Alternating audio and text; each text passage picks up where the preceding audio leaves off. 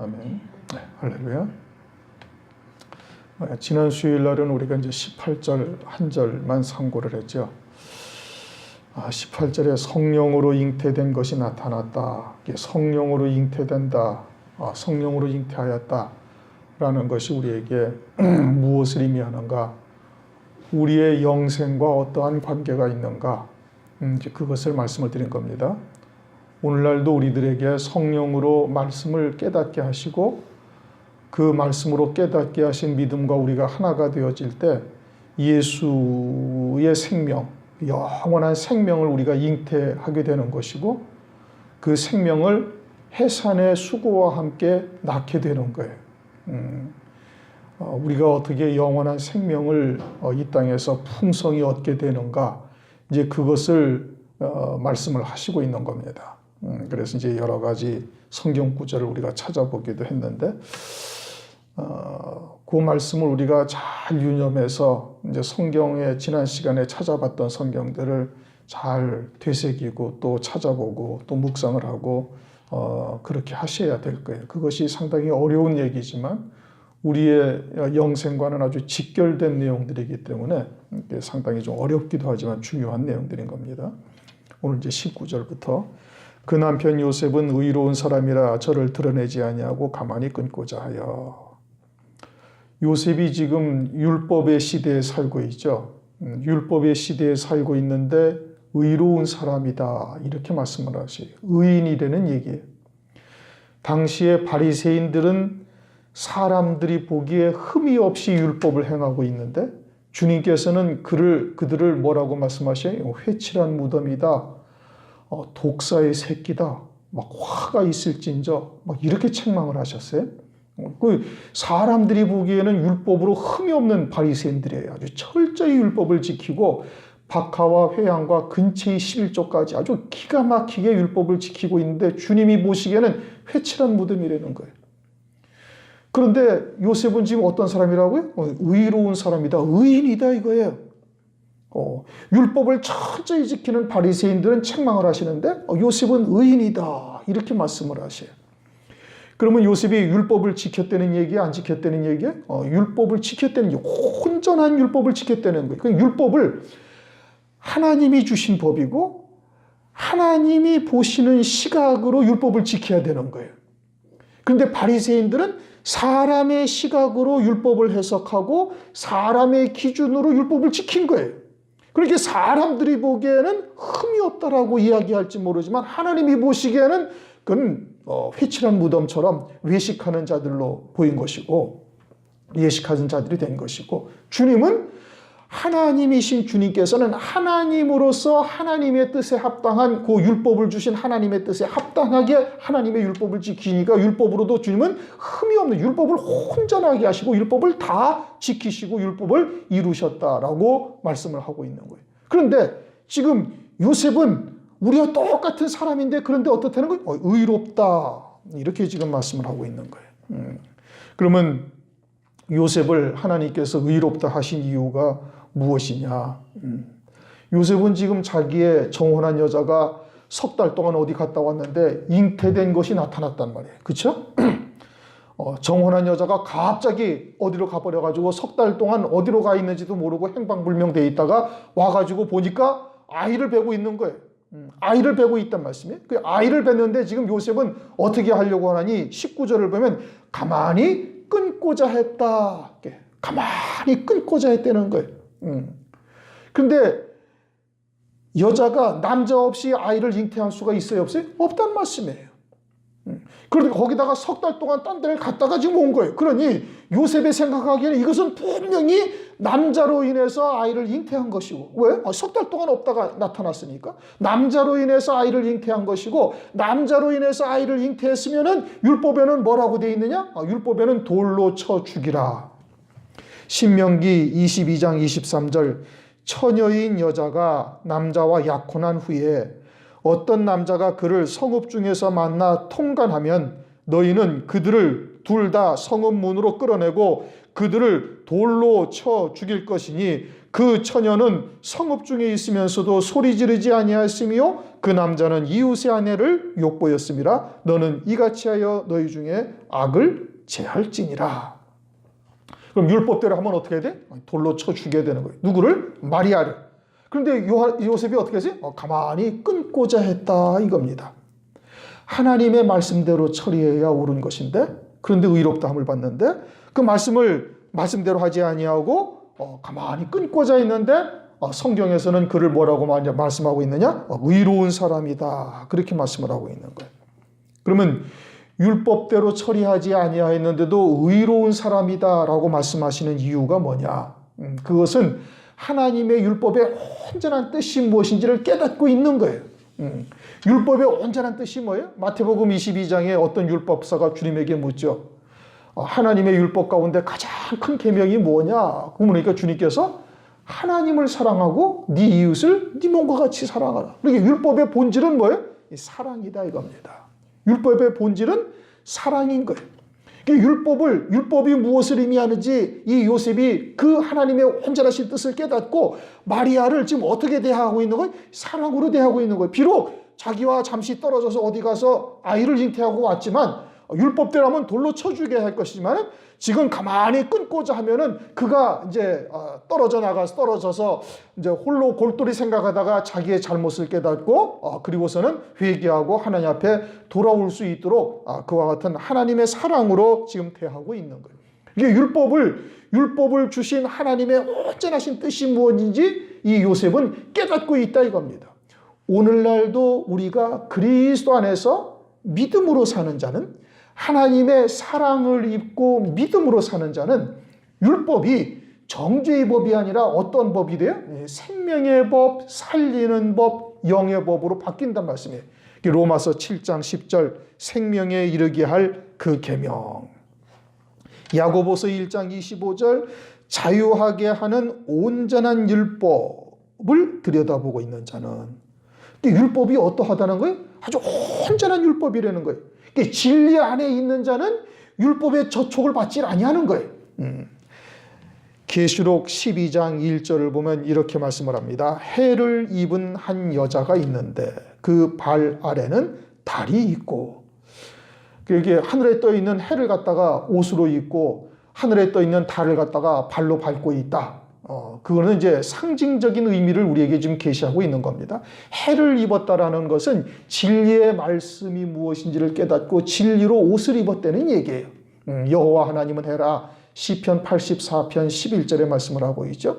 그러니까 해를 입었다.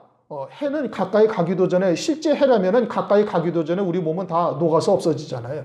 해라는 것은 진리의 말씀을 의미하는 것이고 큰 광명, 창세기 1장의 큰 광명을 말하는 것이죠.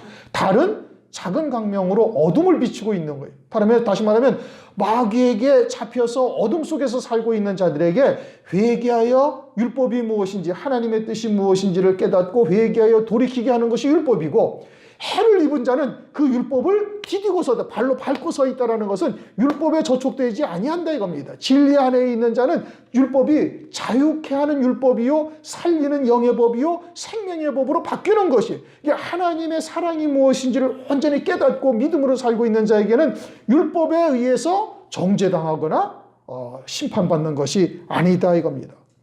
그래, 하나님의 사랑이 무엇인지를 깨닫고 진리가 무엇인지를 알고 있는 자들에게는 율법이 오히려 생명의 법으로, 살리는 법으로 하나님을 온전히 섬길 수 있는 길을 깨닫게 하시는 그러한 영의 법으로 바뀌어지는 거예요. 그러니까 요셉은 비록 율법 시대에 살고 있지만 하나님의 온전한 사랑이 무엇인지를 깨달아서 하나님의 그 사랑으로 대하고 있는 거예요. 그러니까 하나님의 사랑은 허다한 죄를 덮느니라. 베드로전서 4장 8절. 무엇보다도 열심으로 서로 사랑할지니 사랑은 허다한 죄를 덮느니라.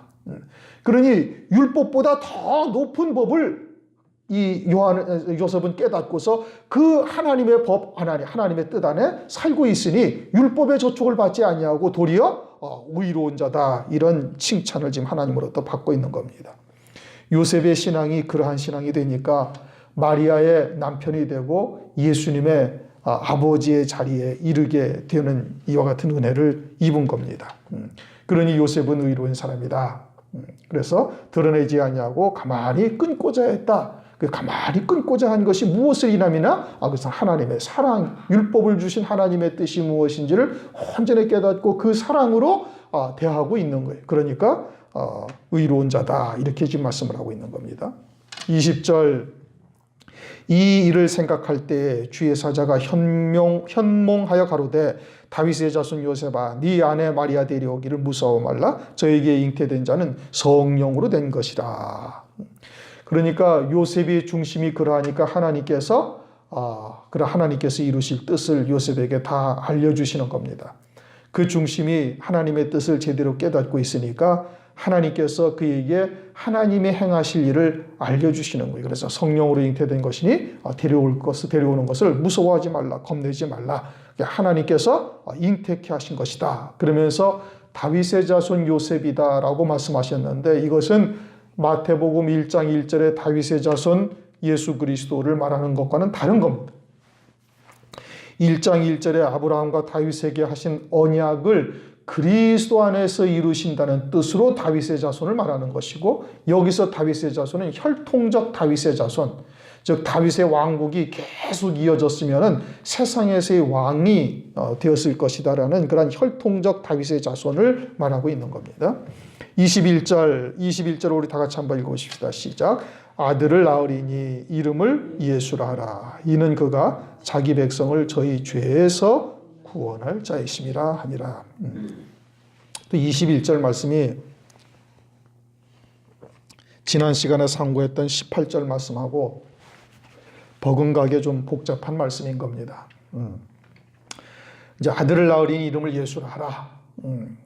이는 그가 자기 백성을, 예수님이 오셔서 하시는 일이 뭐냐면 자기 백성을 저희 죄에서 구원할 자다, 이렇게 말씀을 하셨어요.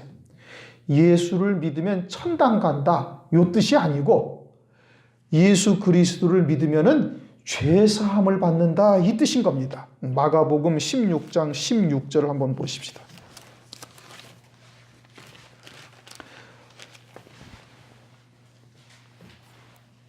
마가복음 16장 16절.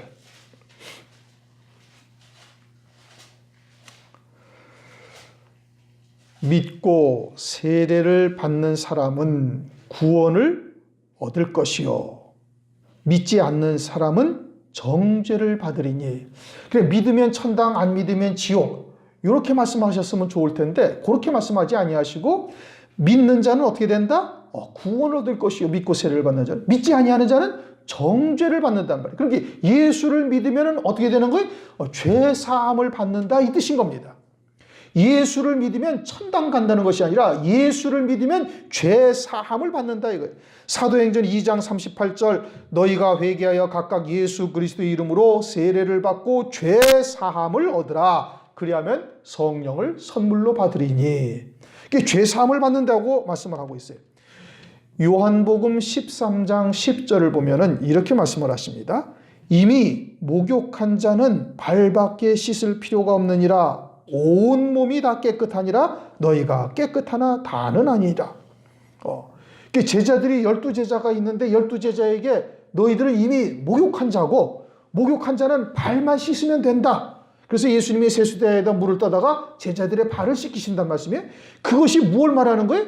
그것은 이미 목욕한 자들이지만 원죄 있는 육체를 입고 이 땅에 와서 사는 동안 너희들이 걸어간 발자국을 통해서 지은 죄들, 즉 육체를 입고 있는 동안에 지은 죄들을 씻는 거예요. 누구로 말미암아? 예수 그리스도의 보혈로 말미암아 씻어서 죄 사함을 받을 뿐이다, 이겁니다. 그런데 우리는 어떠한 자들이라는 거예요? 이미 목욕을 했다는 거예요. 동네 사우나 갔다 왔다는 얘기는 더더욱 아니겠죠, 그렇죠? 이게 영생에 관한 말씀이란 말씀이에요. 영생에 관한 말씀. 그리고 우리는 이미 목욕한 자인데 우리를 갖다가 하나님께서 불러서 예수를 믿게 하셔가지고 의롭게 하시는 은혜를 베풀어 주시는 거예요. 무엇을 통해서? 죄 사함을 통해서. 그러니까 이미 깨끗한 자들을 불러서 육체로 입고 사는 동안의 죄를 깨끗하게 사하시는 일을 주님이 오셔서 그 일을 하시기 위해서 오셨다, 이 뜻인 겁니다. 그러니까 예수를 믿고 세례를 받은 자는 구원을 받는 것이고, 천당 간다는 의미와는 다른 겁니다. 구원을 받고 믿지 아니하는 자는 정죄를 받는단 말이에요. 그리고 예수는 자기 백성들을 저희 죄에서 구원할 자이십니다, 이렇게 말씀을 하고 있는 것이고, 그런데 저희 죄에서 구원하는데 누구를? 이미 목욕한 자들을 그 발을 씻기는 일을 하시는 것이 주님이 오셔서 십자가 위에서 피 흘려 죽임당하신 이유인 거예요. 그러니까 우리는 이미 어떻게 된 거예요? 우리는 이미 깨끗하게 목욕을 한 자인데, 육체를 입고 이 땅에 와서 육체, 원죄에 있는 육체를 입고 사는 동안에 짓는 죄들을 예수 그리스도의 보혈로 말미암아 영원히 씻음을 받는다, 이 뜻인 겁니다. 이게 지금 그리스도께서 이 땅에 오셔서 피 흘려 죽임당하시는 정확한 이유가 요것이다, 이겁니다. 그래서 요한복음 13장에 우리를 어떠한 존재라고? 목욕을 했다는 거예요. 목욕을 했다는 거예요. 깨끗함을 이미 입었다는 얘기죠. 언제? 육체를 입기 이전에 이미 목욕을 했다는 얘기고, 뭐 육체를 입고 왔다가 어저께 사우나 갔다 왔다는 뜻이 절대 아니란 말씀이에요. 그걸 말씀하고 있는 것이 아니죠. 성경에서 영생에 관한 말씀을 기록하고 있는 성경에서 뭐 동네 사우나 갔다 왔다는 얘기를 지금 하는 것이 아닙니다. 제자들 가운데 11 제자들은 어저께 사우나 갔다 왔고, 가룟 유다는 갔다 왔으니까, 안 갔다 왔으니까 가룟 유다는 더럽다, 이걸 말씀하고 있는 것이 아니란 말씀이에요. 그러면 우리가 이미 목욕한 자라는 것이 무엇을 말하느냐? 그것은 에베소서 1장 4절, 창세전에 그리스도 안에서 우리를 택하사 거룩하고 흠이 없게 하실 뜻을 이미 정하셨는데, 그 정하신 대로 우리를 그리스도 안에서 이미 깨끗하게 하셨다는 거예요. 예수님이 이 땅에 오시기도 전에 이미 그리스도 안에서 깨끗하게 하셨다, 이겁니다. 그리스도 안에서 깨끗하게 하신 거예요. 그것을 에베소서 2장 5절 6절에 그리스도와 함께 살리셨고 그리스도 예수와 함께 하늘에 앉히셨다라고 말씀을 하고 있는 거예요. 그러면 언제 우리를 살리셨어요? 이미 우리가 이 땅에 육체를 입고 오기 이전에, 에덴 동산에서 아담이 범죄하기도 이전에, 그러니까 하나님께서 에덴 동산에서 아담이 범죄하자 부랴부랴 그냥 살리신 것이 아니라 이미 창세전에 그리스도 안에서 우리를 택하사 거룩하고 흠이 없게 하실 뜻을 이미 정하신 대로 아담을 살리신 거예요. 그러니까 그 이전에 우리를 이미 깨끗하게 하셨다, 이 뜻인 겁니다. 그것을 성경에서 창세기 3장에 산자다, 이렇게 표현하고 있는 거예요. 산자다. 뭐가 살았어요? 육체가 죽었다가 살았나요? 창세기 3장에 선악과를 먹고 분명히 죽었는데 육체가 죽었어요? 육체가 죽어서 산자라고 다시 살려놓으신 겁니까? 아니라는 말씀이에요. 그럼 뭐가 죽었어요? 말씀하신 대로 선악을 알게 하는 나무의 과실을 먹으면 정령 죽으리라. 나중에 죽으리라가 아니라 먹는 즉시 딱 죽는 거예요. 그럼 뭐가 죽었어요? 그 영이 죽은 것이죠. 그 영이 죽었다가 그 영을 하나님께서 창세전에 구속하실 뜻 가운데 예정하신 대로 다시 살려놓으신 거예요. 어디에서? 하늘에서. 그리고 그 표징으로 가죽옷을 지어 입히셨다, 이겁니다. 어린 양의 제물이 되실 것을 전제로 가죽옷을 지어 입히신 거예요. 그리고서는 그 영이 산자가 되었다. 그래서 산자의 어미다, 하와라고 이름을 지은 거예요. 그들이 자기 백성이고, 그들이 이 땅에 보내심을 받을 때 남자의 후손으로 보내심을 받아서 원죄에 있는 몸을 입고 오니 걸어가는 발자국마다 죄악의 발자국이니 그 발을 주님이 오셔서 씻겨주신다, 이 뜻인 겁니다. 그게 목욕한 자들은 발만 씻으면 된다. 그러나 너희가 다는 아니고 하나는 아니다. 그 하나는 누구예요? 그것은 가룟 유다죠. 그 요한복음 6장 70절, 너희 중 하나는 마귀니라. 성경에는 한 사람이라고 번역이 되어 있는데, 한 사람이라는 뜻이 아니고 그 헬라어 원어는 너희 중 하나는 마귀니라, 이 뜻인 겁니다. 그건 사람이라는 단어를 쓰지 않으셨어요, 원어 성경에는, 헬라어에는. 그런데 이제 번역을 할 때 그것을 한 사람이다 라고 말씀하고 있는. 그러면 우리가 아담으로부터 우리가 자손으로 오기 전에 우리라는 존재라는 것이 있었다는 얘기예요, 없었다는 얘기예요? 있었다는 뜻인 겁니다. 창세기를 잠깐 한번 보십시다. 창세기 2장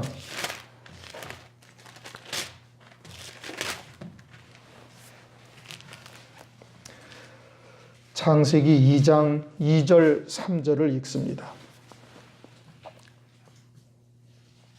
창세기 2장 2절 3절 다 같이 읽습니다. 하나님이 지으시던 일이 일곱째 날에 이를 때에 마치니 그 지으시던 일이 다함으로 일곱째 날에 안식하시니라. 하나님이 일곱째 날을 복주사 거룩하게 하셨으니 이는 하나님이 그 창조하시며 만드시던 모든 일을 마치시고 이날에 안식하셨다. 그러면 하나님이 영계도 지으시고 물질계도 지으시는 거예요. 영계의 창조도 하나님이 하셔요. 그러면 물질계보다 영계가 먼저 있겠습니까? 영계가 나중에 지어졌겠어요? 영계가 먼저 지어졌죠. 영계가 먼저 지어지고 난 다음에 물질계가 지어졌으니 마귀가 미혹을 하는 역사가 에덴 동산에서 있었던 것이죠. 그러니까 영계가 지어졌을 때 모든 영들이 이미 다 지어졌단 말이에요. 엄마 아빠가 부모가 신혼여행 가가지고 아이를 잉태하는 것이 아니라 그 영들은 이미 하나님께서 모든 창조를 이미 마치셨단 말씀이에요. 그러면 영들도 이미 다 지어진 거예요. 언제? 우리가 이 땅에 육체를 입기 이전에 영들이 다 지어졌단 말이에요. 영들이 다 지어졌고 그 다음에 물질계가 지어진 거예요. 그러면 영들이 다 지어졌으니 우리의 영들도 이미 다 지어졌고 그리고 창세전에 그리스도 안에서 거룩하고 흠이 없게 하실 뜻대로 이미 그리스도와 함께 살리셨고 그리고 그리스도와 함께 살리셨으니 하나님께서 이 땅에 예수로 육체를 입고 그리스도를 보내셔서 그리스도와 함께 하늘에 앉힌 바가 되어졌다. 이 에베소서 2장 5절 6절 말씀이 그 뜻인 겁니다. 그러니까 우리가 이 땅에 육체로 임하기 전에 이미 하나님께서는 그리스도 안에서 우리를 살려놓으신 존재들이 된 것이고 그것이 미리 아신 자 로마서 8장 29절 미리 아신 자들이 있다 이겁니다. 미리 아신 자들 가운데 또 미리 정하신 자들이 있고 그들을 부르시고 부르신 그들을 또한 의롭다 하시고 의롭다 하신 그들을 또한 영화롭게 하셨느니라. 하실 것이다가 아니라 하셨느니라. 이미 하나님의 나라에서는 하나님의 뜻이 다 이미 이루어졌다 이겁니다. 그러니까 우리에게 주기도문을 어떻게 기도하라 그래? 뜻이 하늘에서 이룬 것 같이 땅에서도 이루어지이다. 그럼 하늘에서 아버지의 뜻이 이미 다 이루어진 것이 있고 그 뜻이 무엇인지를 성경의 말씀을 통해서 우리에게 깨닫게 하시면서 이 땅에서도 그 뜻대로 이루어질 것을 너희들이 구하라고 주기도문으로 우리에게 가르쳐 주신 거예요. 그처럼 자기 백성들이 먼저 있는 거예요. 예수는 자기 백성들을 그렇게 내가 예수를 믿기도 이전에 이미 자기 백성들이 있었고 그 자기 백성들을 저희 죄에서 구원할 자이십니다. 그러니까 미리 아신 자들로 하나님께서 하나님의 자녀들로 이미 택하심을 입고 그들을 이미 하늘에서 그리스도 안에서 거룩하게 해놓으시고 이 땅에 육체를 입고 온 그들 가운데 불러서 예수를 믿고 예수를 믿은 가운데 의롭다 하시고 의롭다 하신 그들 가운데 영화롭게 하시는 자들이 있다. 그것을 말씀하고 있는 겁니다. 그러니까 하나님께서 우리를 갖다가 미리 그와 같은 구원의 뜻을 예비해 놓으시고 구속하실 뜻을 창세전에 이미 예정을 하시고 그리고 그 구속하실 뜻대로 우리를 구원해 가시는 역사를 말씀을 하고 있는 것이죠. 그러니 우리는 육체를 입기 이전에 이미 영으로 하늘에서 존재하고 있다. 히브리서 2장 11절을 한번 보십시다. 거기서는 뭐라고 말씀하시는 거 아니? 히브리서 2장 11절.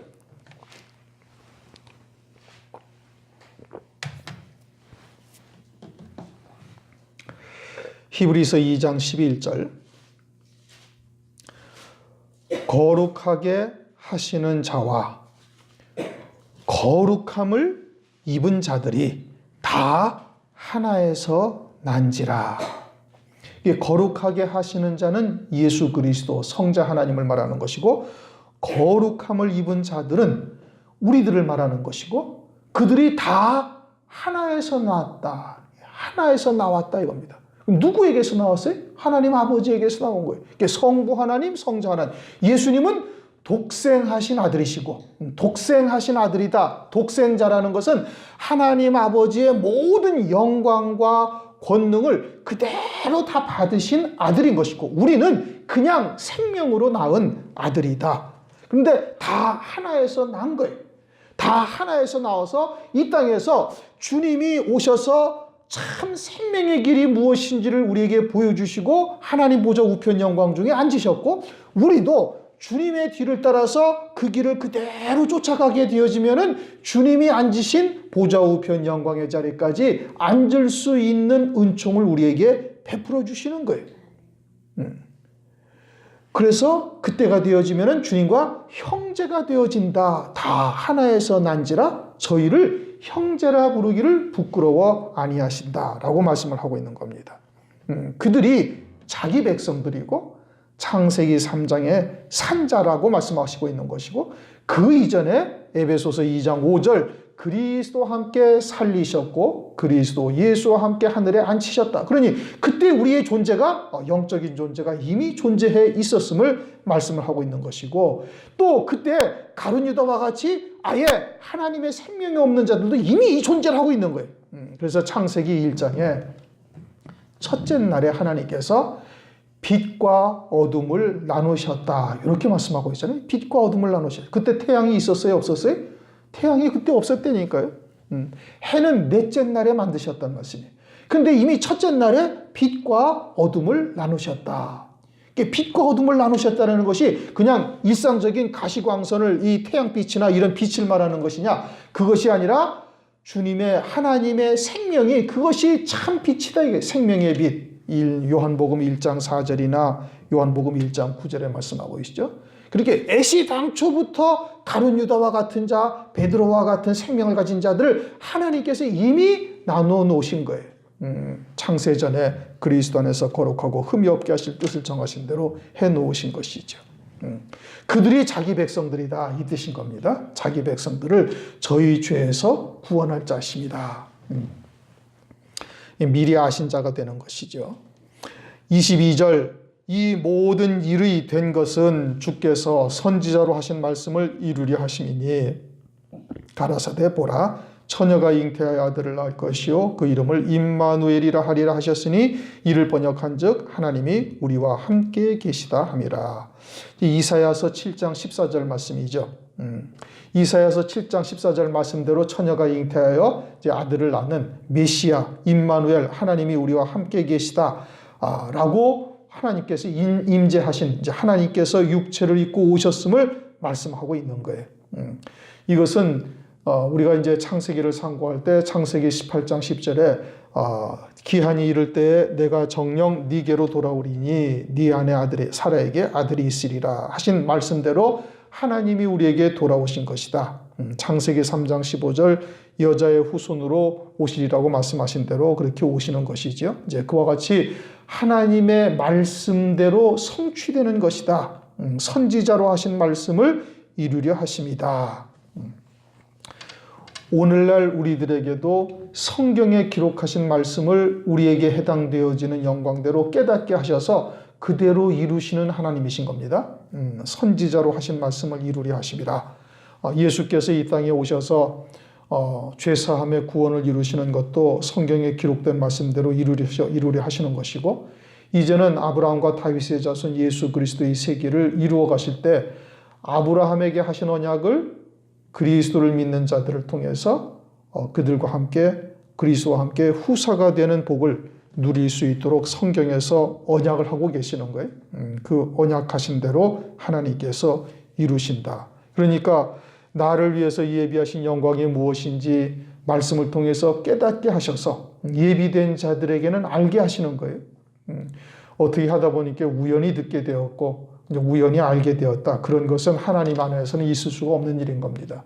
천지의 주제가 되시는 하나님께서 하늘의 예비된 영광대로 이 땅에서 깨닫게 하시고 너희에게는 듣는 것이 허락되었으나 저들에게는 아니 되었나니 마태복음 13장에 말씀하고 있죠. 그럼 왜 우리에게는 듣는 것이 허락되어졌어요?